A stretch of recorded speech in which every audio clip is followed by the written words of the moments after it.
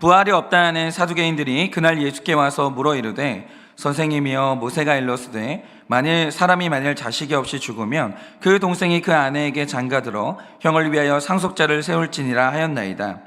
우리 중에 칠형제가 있었는데 마지가 장가들었다가 죽어 상속자가 없으므로 그 아내를 그 동생에게 물려주고 그 둘째와 셋째로 7가지 그렇게 하다가 최후에 그 여자도 죽었나이다.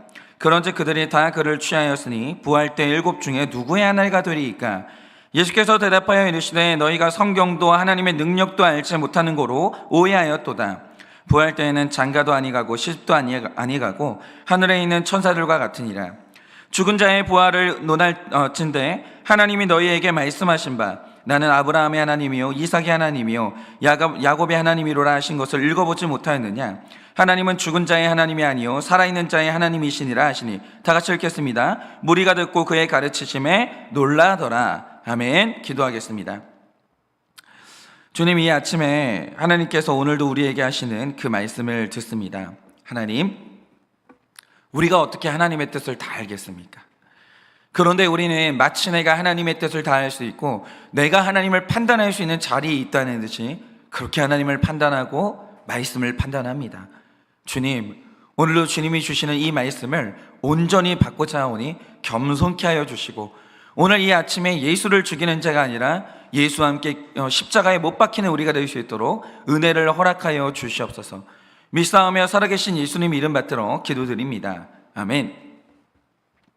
네, 우리가 지금 계속해서 도대체 누가 예수님을 죽였는가 이 질문에 대한 답을 계속해서 보고 있는데요, 사실 예수님은 죄가 없었습니다. 그런 사법적으로도 그랬습니다.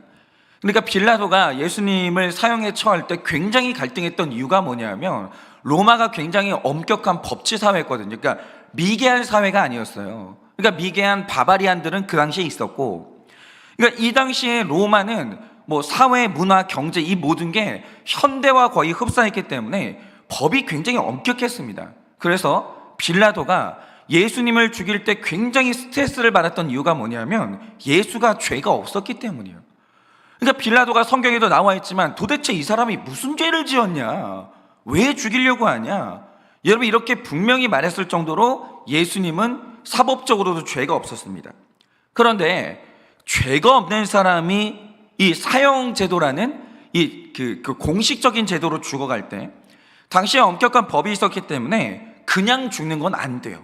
그러니까 죄 없는 사람이 사형을 당할 때는 조작이 있어야 되는데 먼저 배신자가 있어야 되고, 그리고 거짓으로 고발하는 무고자가 있어야 되고, 증거를 조작하는 사람이 있어야 되고, 거짓 증거를 가지고 고소하는 사람, 빌라도에게 로비하는 사람, 수많은 사람이 움직여야 죄 없는 사람이 죽을 수 있는 거예요. 그러니까 오늘 누가 예수를 죽였는가라고 할 때 이건 한 사람이 저지를 수가 없는 짓이고요, 반드시 공범이 있었던 거예요. 그래서 오늘 많은 사람들이 이제 고소를 받는 것인데, 우리가 말씀을 여기까지 보면서 하나 굉장히 흥미로운 사실이 있습니다. 자, 하반기 마태복음이 이제 묵상이 시작될 때 예수님을 이제 보면 가장 먼저 대제사장하고 충돌을 하시죠. 예루살렘에 들어오자마자 네가 뭔데 이러면서 대제사장하고 충돌을 하십니다. 그리고 어제 말씀을 보면 바리새인과도 충돌을 하세요. 그런데 오늘 말씀을 보면 사두개인과 또 충돌을 하세요. 그런데 이 지점에서 굉장히 흥미로운 사실이 뭐냐? 자, 대제사장, 바리새인, 사두개인, 이 사람들이 다 예수님하고 충돌했다라고 하니까 이 사람들이 다 비슷한 사람인 것 같죠? 그렇지 않습니다. 이 세 부류의 사람들은요, 공통점이 전혀 없어요. 완벽히 다르다고 하면 한 부류 정도는 예수님하고 잘 지낼 법도 한데 그렇지가 않아요. 세 부류의 사람들이 완벽히 다릅니다. 예를 들어서 이 대제사장의 경우에 이 사람이 지금 종교인의 껍데기를 쓰고 있지만 이 사람은 종교에 관심이 없어요. 뼛속까지 정치인이고 돈에 미친 사람이기 때문에 굉장히 무서운 기회주의자고 현실주의자예요. 그래서 대제사장은요, 진리가 뭐냐, 혹은 옳고 그름이 뭐냐, 이게 중요한 게 아니라 돈이 옳아요. 이 당시에 대제사장을 보면 그래요. 돈이 진리고 돈이 옳아요.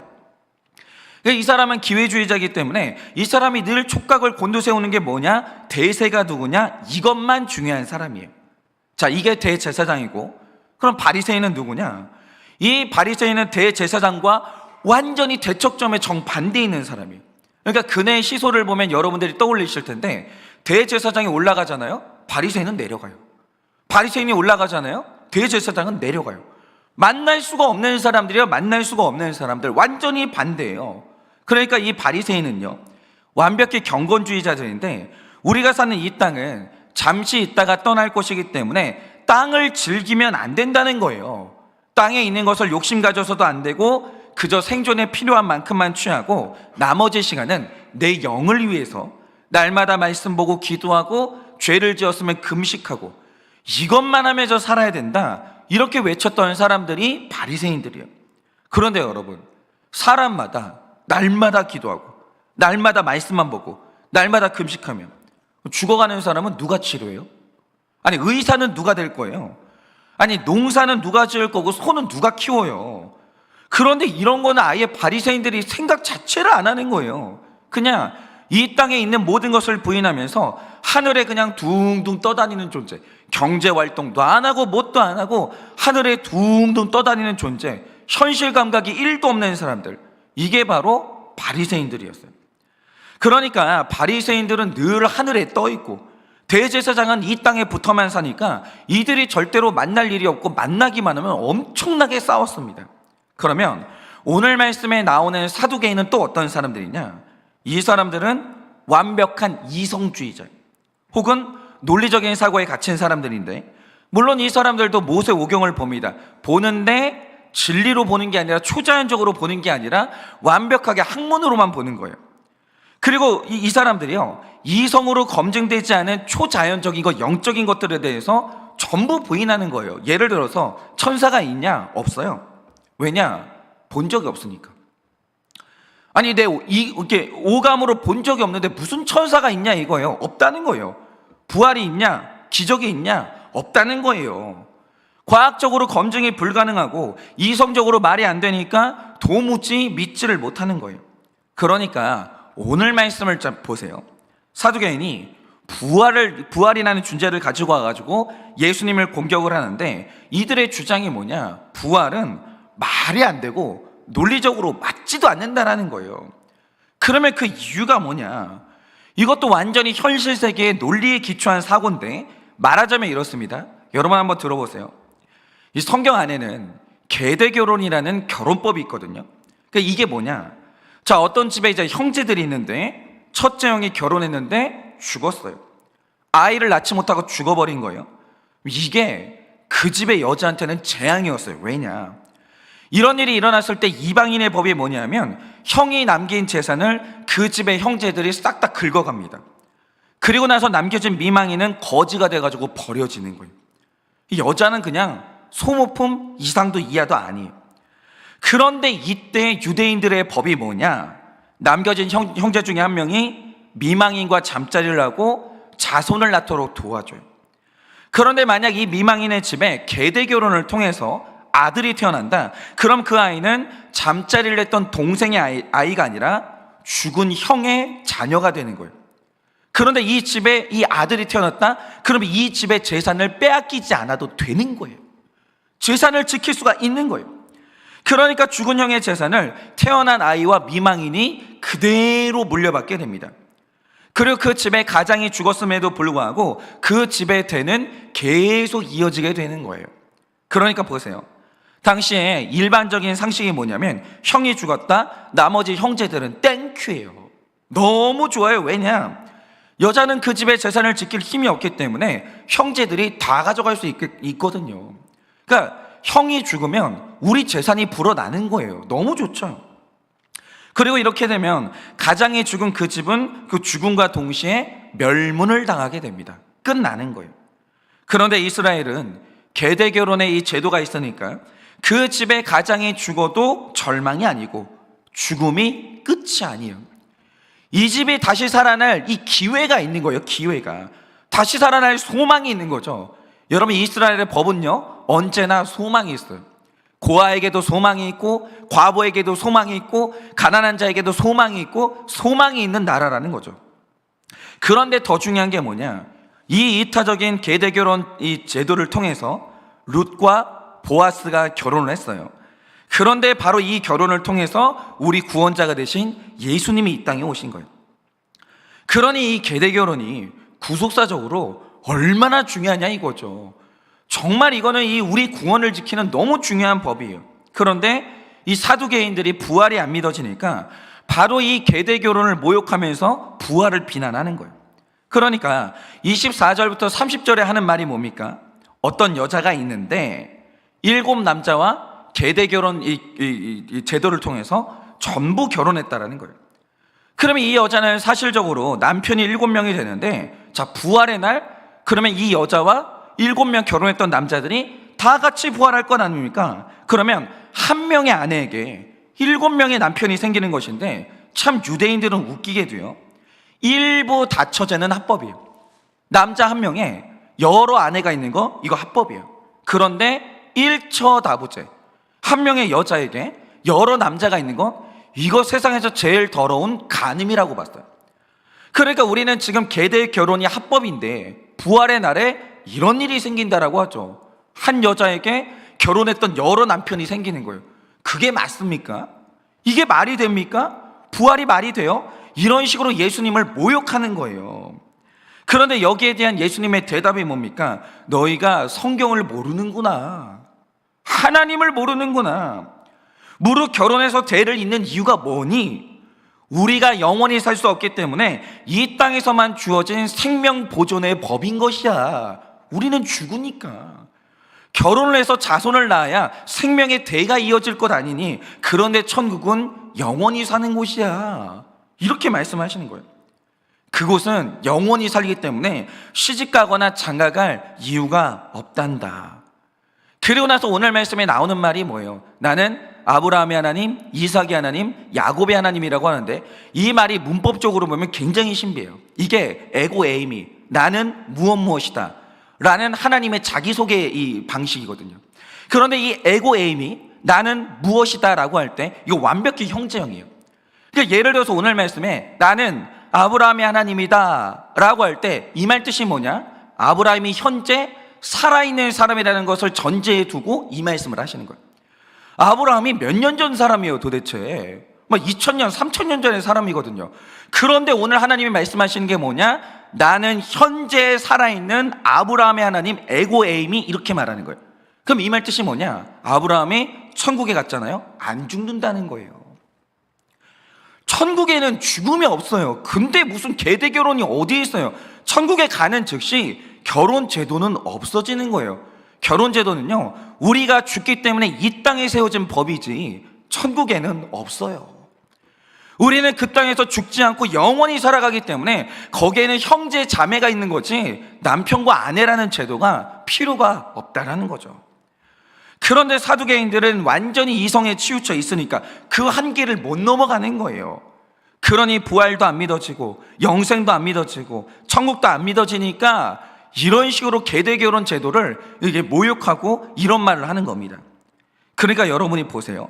아까 말씀드린 대제사장, 바리새인, 사두개인이요, 공통점이 하나도 없어요. 그러니까 성경을 보면요, 이 사람들은 만나기만 하면 싸워요.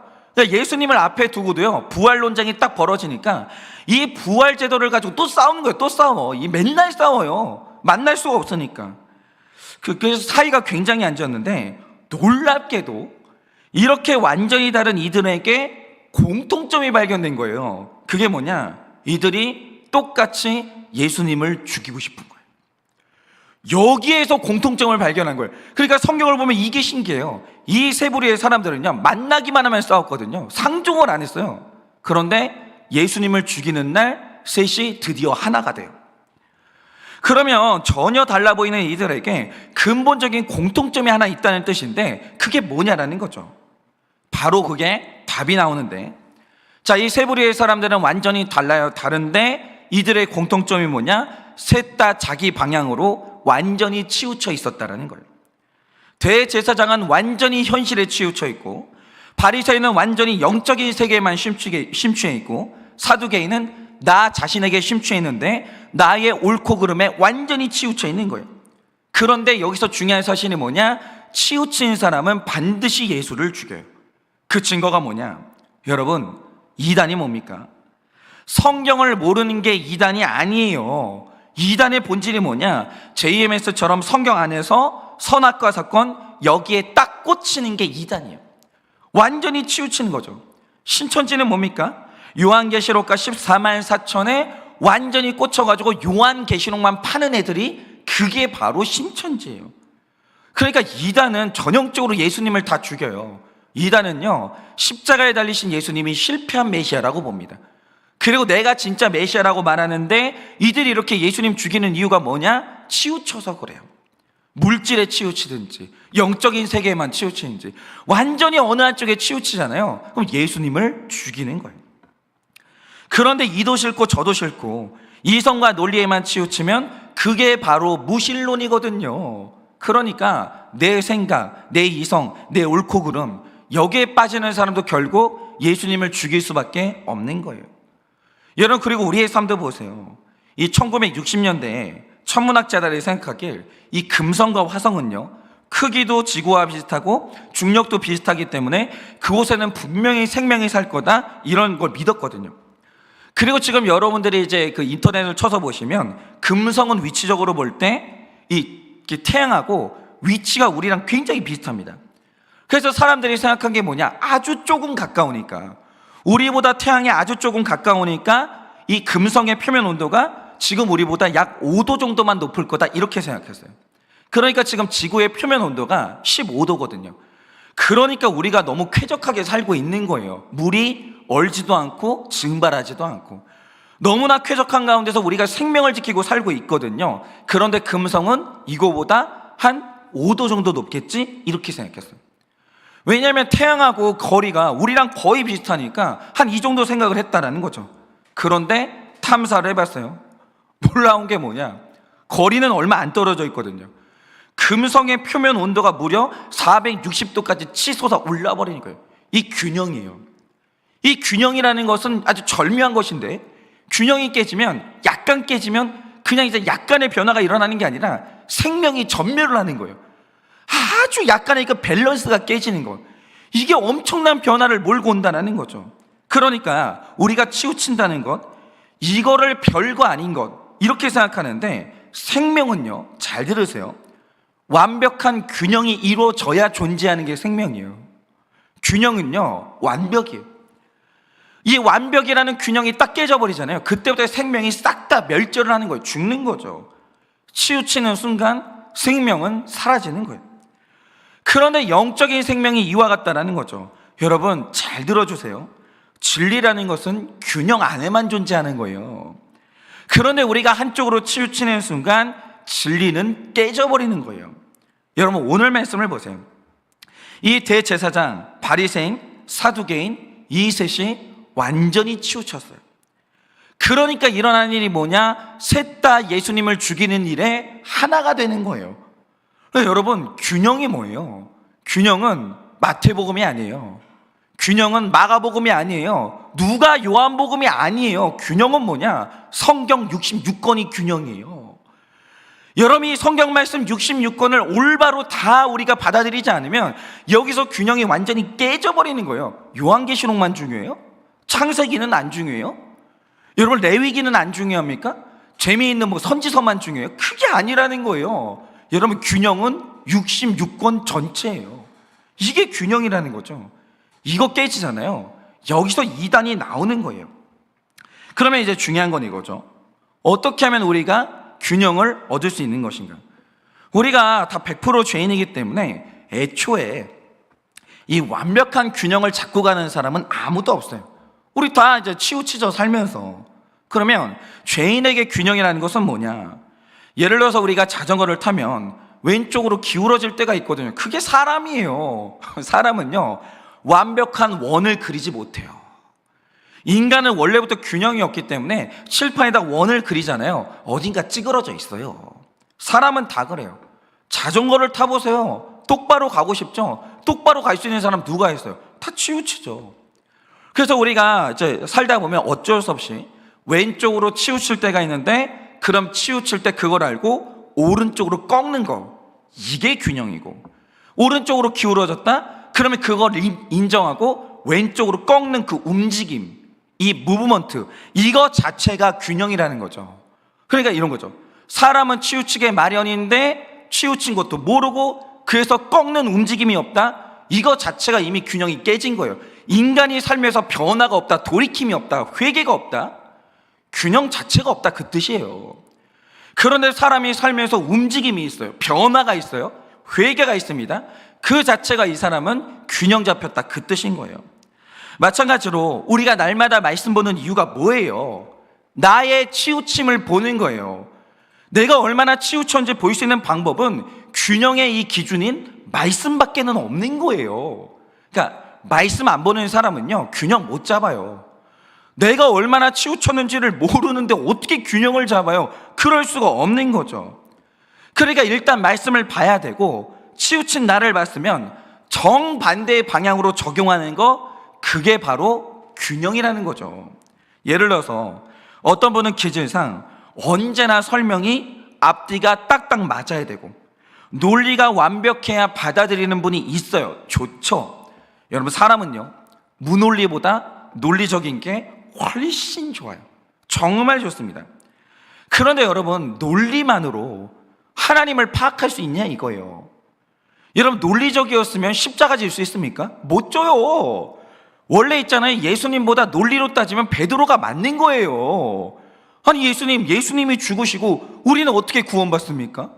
아니, 메시아가 죽었는데 우리가 어떻게 구원을 받아요? 논리적으로 보면 이 베드로가 맞는 거예요. 그런데 하나님의 섭리는 너무 크기 때문에 인간의 논리 안에 하나님의 섭리가 안 담겨요. 그럴 수가 없는 거죠. 예를 들어서 하나님이 젊은 20대가 된 아브라함한테 나타나가지고 아들 줄게 이렇게 한 게 아니에요. 이게 너무 웃기잖아요. 하나님이 아들 주겠다라는 약속을 할 때 아브라함에게 몇 살 때 그 말씀하셨습니까? 100살 때예요. 100살 때. 그리고 하신 말씀이 뭐냐? 너의 자손이 하늘의 별과 같을 것이고 바다의 모래처럼 많을 것이요. 이건 비유가 아니었어요. 문자 그대로요. 하늘의 별처럼 많을 것이고 바다의 모래처럼 많을 것이요. 이 약속을요, 20대 청년한테 한 게 아니라 100살 된 아브라함 노인한테 했다라는 거예요. 이게 논리적으로 맞아요? 이게 논리적으로 맞냐고요. 이게 증명이 되냐 이거예요. 아브라함 때에는 증명이 안 됐어요. 지금 4천년이 지난 다음에 우리 때에 증명이 된 거지. 아브라함 때 이게 증명이 된 적이 언제 있어요? 아브라함은 우리를 본 적이 없어요. 하늘의 별처럼 많아진 이 성도들의 숫자를 본 적이 없다고요. 그럼 어떻게 되냐? 논리로 이해하는 게 아니라 이 다음부터는 믿어야 되는 거예요. 그게 하나님인 거예요. 믿음은요, 하나님이 말씀하셨으니, 인간이 말한 게 아니라 하나님이 말씀하시니 받아들이고 수납하는 게 그게 믿음이에요. 그러니까 믿음은요, 인간적일 수가 없는 거예요. 믿음은요, 완전히 순수하게 영적인 영역이에요. 그러니까 논리와 이성에 너무 치우친 분들은 그냥 좀 받아들이는 걸 훈련하는 게 그게 훈련이에요. 그게 균형이에요. 그게 맞는 거죠. 그런데 또 반대로, 아니, 신앙생활 하면서 생각을 안 하는 분들이 있어요. 생각을 안 해요. 그냥 덮어놓고 목사가 얘기하잖아요. 아멘이라고 하는 분들이 있어요. 그게 중세시대 아니에요. 중세시대. 내가 성경을 본 적이 없는데 교황님이 말해요. 아니, 성경이겠거니 그냥 아멘 하는 거예요. 아멘. 그러니까 성경에도 없는 그냥 면죄부를 팔아 제끼는데 그걸 그냥 진짜 사는 거예요. 이게 구원의 방법인 줄 알고. 여러분, 그런 분들은요, 생각도 안 하고 외치는 그 아멘 있잖아요. 이거 좀 고만하셔야 돼요. 그 아멘 있잖아요, 아무 의미가 없는 아멘이에요. 그리고 이게 날마다 이렇게 큐티를 하면서 이게 맞나? 진짠가? 생각 좀 하셔야 돼요. 그게 균형이라는 거죠. 그러니까 너무 논리를 따지는 사람은 이제 생각 좀 그만하고, 생각이 너무 없는 사람은 이제 좀 띵크 좀 하고, 이게 균형이라는 거죠. 반대로 가는 거. 이게 균형이라는 거죠. 이게 여기서 제가 제 이야기를 좀 드려보자면, 저희 교회에 저와 이제 동역하시는 전도사님이 계시는데, 이 전도사님이 지금 한 1년 정도 사역하셨나? 이렇게 됐습니다. 그런데 이분이 지금 여러 교회를 거치고 저희 교회를 오셨는데, 이분이 하시는 말씀이 뭐냐면, 우리 교회처럼 사역이 편한 교회가 없다라는 거예요. 그런데 이 대목에서 반전이 뭐냐면 우리 전도사님이 이 말씀을 하실 때 우리 교회는 사역이 너무 편해서 좋은 교회고요, 목사님이 너무 좋은 분이에요, 이 말을 한 게 아니에요. 목사님의 리더십에 뭐가 문제가 있다, 이 뜻으로 저한테 말씀을 하신 거예요. 그러니까 이런 거죠. 아니, 사역을 하라고 전도사를 불렀으면 일도 좀 딱딱 맡기시고, 좀 일이 안 될 때는 쪼기도 하시고, 못하면 혼내기도 하시고, 이게 정상인데 목사님은 그걸 안 한다는 거예요. 목사님이 일을 안 시키고 어느 날 보면 전도사들이 있는데 혼자 목사님이 의자 정리하고 있고, 아니 전도사들이 있는데 혼자 쓰레기 정리하고 있고, 혹시라도 우리 전도사님들이 이 사무실에 있는 쓰레기를 치우려고 하면 제가 엄청나게 싫어하면서 못하게 하거든요. 그러니까 제가 어느 날 전도사님들한테 너무 불편한 존재가 되어 있고, 또 어느 날 전도사님 안에 드는 생각이 뭐냐, 혹시 목사님이 나를 못 믿나? 내가 일한 결과물들이 목사님 마음에 안 드나? 뭐 이런 불안함과 이런 생각이 드는 거예요. 그리고 저에게 해주셨던 결정적인 말이 뭐냐, 지금 우리 교회의 형태를 보면 우리 교회가 지금 성도님들하고 일을 골고루 나눠서 하는 게 아니라 목사님이 일을 지나치게 많이 감당하고 있다는 거예요. 뭐 지금은 이제 많이 안 그러고 있는데, 그럼에도 불구하고 우리 전도사님들이 보기에는 목사님이 지나치게 많이 감당하고 있다는 거죠. 그래서 전도사님이 하는 일이 뭐냐, 지금 현재 우리 교회 상황에서 목사님이 무너지면 우리 교회는 스톱이라는 거죠. 지금 교회 형태를 목사님이 그렇게 만들고 있다는 거예요. 그런데 이 말이 제 마음에 굉장히 심각하게 다가온 거예요. 그래서 제가 그 말을 듣고 생각을 해봤어요. 왜 나는 사람들에게 일을 맡기지 못하는가? 왜 자꾸 내가 일을 하려고 하는가? 이걸 가만히 한번 생각을 해봤거든요. 그러다가 제가 하나 깨달은 사실이 뭐냐, 제가 만약에 이제 어떤 일을 누군가한테 맡겼어요. 그럼 그 순간 이상하게 죄책감이 그렇게 심해요. 너무 죄책감이 느껴져요. 그리고 동시에 하게 되는 생각이 뭐냐, 저 사람이 언젠가 나를 싫어하지 않을까? 또 일을 맡긴 저 사람이 어느 날 탈진을 해가지고 나를 떠나지 않을까? 너무너무 두려운 거예요. 그러니까 죄책감과 두려움이 동시에 존재하는 거죠. 그러니까 제가 누군가에게 일을 맡기지 못하고 대부분의 일을요, 내가 마음이 편하려고 내가 감당을 하는 거예요. 그리고 맡겨놓잖아요. 너무 미안하고 죄책감이 들고 안절부절을 못하고 두렵고 너무 힘이 드는 거예요. 그러니까 이게 안절부절을 못하는데, 그래서 한번 생각을 해봤어요. 그렇지, 교회라는 게 나 혼자서 세울 수 있는 것도 아니고 나만 주의 종이 아니에요. 아니 어떻게 이게 부름받아가지고 나만 열매 맺고 살아요? 우리가 다 열매 맺을 수 있도록 일을 나눠서 해야 될 거 아니에요. 부름받은 모든 사람이 주의 종이기 때문에, 저만 사역자가 아니라 평신도도 사역자이기 때문에 일을 나눠서 하는 건 선택사항이 아니고요, 의무예요. 만약에 내가 이 사역을 독점한다, 내가 이 모든 열매를 독점한다, 그럼 이거는 직무유기라는 거죠. 옥하는 목사님이 이미 예전에 이 평신도 사역에 대한 이 이론을 다 정립해 놨어요. 사역은 이제 그 성도님들한테 오픈해야 돼요. 사역이라는 것은, 열매라는 것은 사역자만의 전유물이 아니라는 거죠. 그건 직무유기예요. 그런데 이미 성경적인 근거도 확실하고 내가 그래야 된다는 걸 아는데 왜 나는 일을 맡기는 게 두렵고, 나는 왜 일을 맡겨놓고 불안할까? 그럴 생각하다가 이제 나온 답이 뭐냐, 제가 예전에 사역했던 교회가 있는데 그 목사님은 성향 자체가 저랑 정반대라서 완전히 일중심적이에요. 그러니까 관계가 없어요. 완전히 일중심적입니다. 그리고 또 본인이 굉장히 무서운 일 중독자예요. 그래서 일을 시키시는데 하나 끝나면 쉬지 않고 또 시키고 또 시키고 또 시키고 계속 이래요. 그러니까 교회가 365일 뭔가가 돌아가야 직성이 풀리는 분이에요. 그러니까 이분이 학대에 가까울 정도로 계속 일을 시키시는 거예요.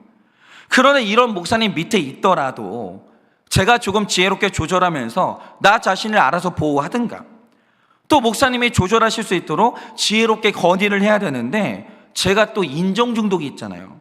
그래서 일 중독에 걸린 분한테 이분을 만족시켜 보겠다고 아니오를 안 하고 시키는 걸 미친 듯이 했습니다.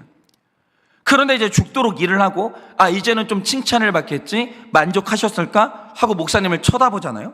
목사님은 여전히 만족이 없어요. 그럼 이제 또 목사님을 만족시키려고 죽도록 일합니다. 이제는 만족하시겠지? 목사님을 쳐다보니까 여전히 만족이 없어요. 그래서 이 목사님을 만족시키는 건 영원히 불가능하구나, 이걸 나중에 깨닫게 되는데, 문제는 제가 노력을 했는데도 목사님으로부터 인정받는 이 보상이 없으니까 반대로 어느 날 찾아왔던 울분이 터지는 거예요. 그래서 제가 틈만 나면 교역자들하고 모여가지고 그 목사님 욕을 그렇게 하고, 목사님을 얼마나 미워했는지 몰라요. 얼마나. 그리고 이제 막 내 옆에 있는 사람들이 탈진해가지고 나가 떨어지니까 이 목사님을 완전히 정죄하는 거죠. 근데 그 목사님도 치우친 분이거든요. 균형 잡힌 분이 아니에요. 균형 잡혔으면 그렇게는 안 돼요. 근데 이분이 이제 치우친 분인데 그분이 완전히 나의 증오의 대상이 되고 나의 기준이 된 거예요. 그러면서 가진 생각이 뭐냐? 저 사람처럼은 안 된다. 딱 이렇게 된 거예요. 그러니까 제가 완전히 이제 반대 극단으로 왔는데, 이 시간이 지나고 나고 제가 담임 목사가 됐거든요. 그러니까 제가 담임 목사가 되어가지고 이제 내가 우리 전도사님들, 우리 평신도 사역자들과 이제 일을 하려고 하니까 저는 예전에 그 담임 목사과는 정반대로 치우치면서 나는 너무 좋은 리더, 나랑 있으면 너무 편한 리더, 절대로 사람을 학대하지 않는 리더, 이런 식으로 착한 리더 병에 걸린 거예요. 착한 병에 걸린 거예요. 그러니까 이 목사님을 너무 싫어하다 보니까 정반대 극단으로 제가 또 와버린 거예요. 근데 이게 너무 치우치다 보니까 같이 일하는 사람들이 조금만 힘들어하는 것 같아도 뒤에서 나를 욕할까봐 너무 불안하고, 어느 날 탈진해가지고 목사님하고는 더 못하겠어요, 이러면서 나를 떠날까봐 안절부절을 못하겠는 거예요. 그런데 사역이라는 게요, 물론 즐겁게 편하게만 하면 좋죠. 그런데 우리가 훈련 안 할 겁니까? 아니, 훈련에 고통 없이 어떤 성장이 있어요? 그런 건 없는 거죠. 그래서 훈련이라는 것도 해야 되기 때문에 때로는 힘든 사역도 감당해야 되거든요. 그런데 제가 완전히 치우쳐가지고 좋은 리더병에 걸려 있으니까 학대를 안 하는 것까지는 좋은데 정당한 훈련까지 못 시키는 거예요. 그리고 훈련시키고 있으면요, 밤에 잠이 안 와요. 얼마나 힘들까? 내가 나쁜 사람 돼 있지 않을까? 나를 떠나지 않을까? 나를 뒤에서 욕하지 않을까? 너무 힘들어요. 그런데 이렇게 되면 저와 함께 하시는 분들은 훈련도 안 되고 열매를 맺을 수가 없으니까 제가 반대로 얼마나 악한 지도자냐 이거죠. 그러니까 일중독에 걸려가지고 사람을 학대하는 지도자만 나쁜 지도자가 아니라 저처럼 내가 착한 사람 되고 싶어가지고 사람들을 훈련을 안 시키는 사람, 그것도 너무나 악한 리더라는 거죠. 그런데 제가 너무 악한 리더인 거예요. 여러분, 이렇게 우리는요, 각자가 다 치우친 부분이 있는 거예요. 그런데 우리가 여기에서 균형을 잡는 방법이 뭐겠습니까? 우리 전수사님처럼 저한테 쓴소리 해주는 공동체가 있어야 되는 거예요. 목사님 치우치셨어요. 목사님 그거 착한 거 악한 거예요. 목사님 지금 직무유기 하고 계시는 거예요. 말해줘야 될 거 아니에요. 말을 안 해주면 내가 치우친 거를 어떻게 알겠어요? 그 두 번째, 말씀이 있어야죠. 아니, 성경 66권만이 완벽한 균형인데 말씀 없이 내가 치우친 걸 어떻게 봅니까? 그리고 우리가 목장을 하다가 나의 치우친 부분이 발견되면 정반대 방향으로 가는 이제 적용을 그래야 우리의 삶의 균형이 나오는 거예요. 차가운 분들 계십니까? 좀 뜨거워지세요. 뜨거운 분들 계십니까? 진정 좀 하세요. 너무 생각이 많으세요? 생각 좀 그만하세요. 생각이 너무 없으십니까? 생각 좀 하세요. 그런데 이렇게 우리가 나의 깨진 치우침을 발견하고 정반대 방향으로 가려고 하는 그 균형 잡힌 그 움직임이 있죠. 우리는 이것을 보고 회개라고 부르는 거예요. 그러니까 왜 회개에서 생명이 나오겠습니까? 회개하지 않으면 균형을 잡을 수가 없거든요. 그래서 예수님을 죽인 사람이 누구냐? 바로 회개 없이 치우쳐 있는 모든 사람들이 전부 다 예수님을 죽이는 거예요. 그러니 오늘 하루 반드시 공동체에서, 그리고 오늘 말씀에서 내가 치우친 것이 뭔지 반드시 발견하셔야 돼요. 반드시. 그리고 정반대로 돌이키는 회개에 적용을 하셔서 균형 잡힌 성도로 오늘도 일어나시기를 예수님의 이름으로 축원을 드립니다. 적용 질문 드립니다. 수요일이니까 적용 질문 드릴게요. 그러니까 지금까지 우리가 마태복음을 보면서 예수님을 죽였던 범인들을 봤거든요. 전부 나열해 볼게요. 주인의 것을 탐내는 욕심의 사람, 자백 없이 가면을 쓰는 사람, 혈기 내는 사람, 치우친 사람, 이들이 예수님을 죽인 범인이라고 했는데 나는 어디에 해당됩니까? 주인의 것을 탐내는 욕심의 사람, 자백 없이 가면을 쓰는 사람, 혈기로 나가는 사람, 치우친 사람이 예수님을 죽인 범인인데 나는 어디에 해당됩니까? 내 안에 균형을 잃고 치우친 것은 무엇입니까? 내 안에 균형을 잃고 치우친 것은 무엇입니까? 균형을 잡기 위해 가야 할 정반대 방향은 어디입니까? 균형을 잡기 위해 가야 할 정반대 방향은 어디입니까? 이 시간에 제가 기도하고 축도함으로 마치겠습니다. 기도하겠습니다.